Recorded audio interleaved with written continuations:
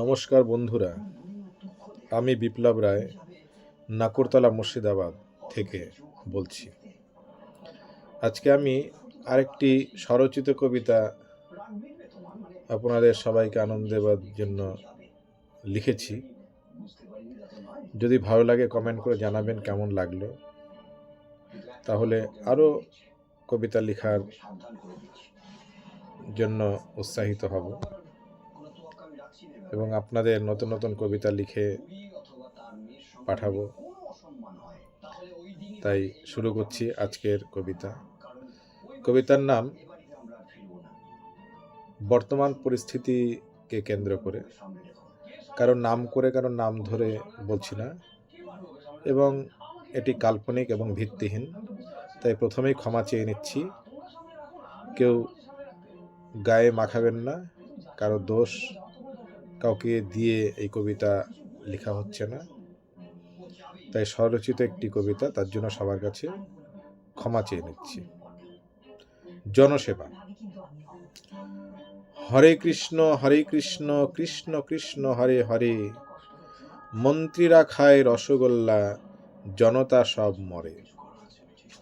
বড় বড় অনেক কথা বলে ভোটের আগে, জিতে গেলে একে একে সবাই দূরে ভাগে। জনতারই রক্ত চুষে আসন যখন পায়, সিংহাসনে বসে তখন ঠান্ডা বাতাস খায়। ভোটের কালে নম্র হয়ে হাতে পায়ে ধরে, হরে কৃষ্ণ কৃষ্ণ কৃষ্ণ হরে হরে। একে ওকে কাকে বলি, সবাই অবিশ্বাসী। আগে পরে জনতাদের গলায় চড়ে ফাঁসি। করলে ভুলের প্রতিবাদ হবে মহাপাপ, মন্ত্রী হলো জনতার ভগবানের বাপ। এমন দেশে অগ্রগতি হবে কেমন করে, হরে কৃষ্ণ কৃষ্ণ কৃষ্ণ হরে হরে।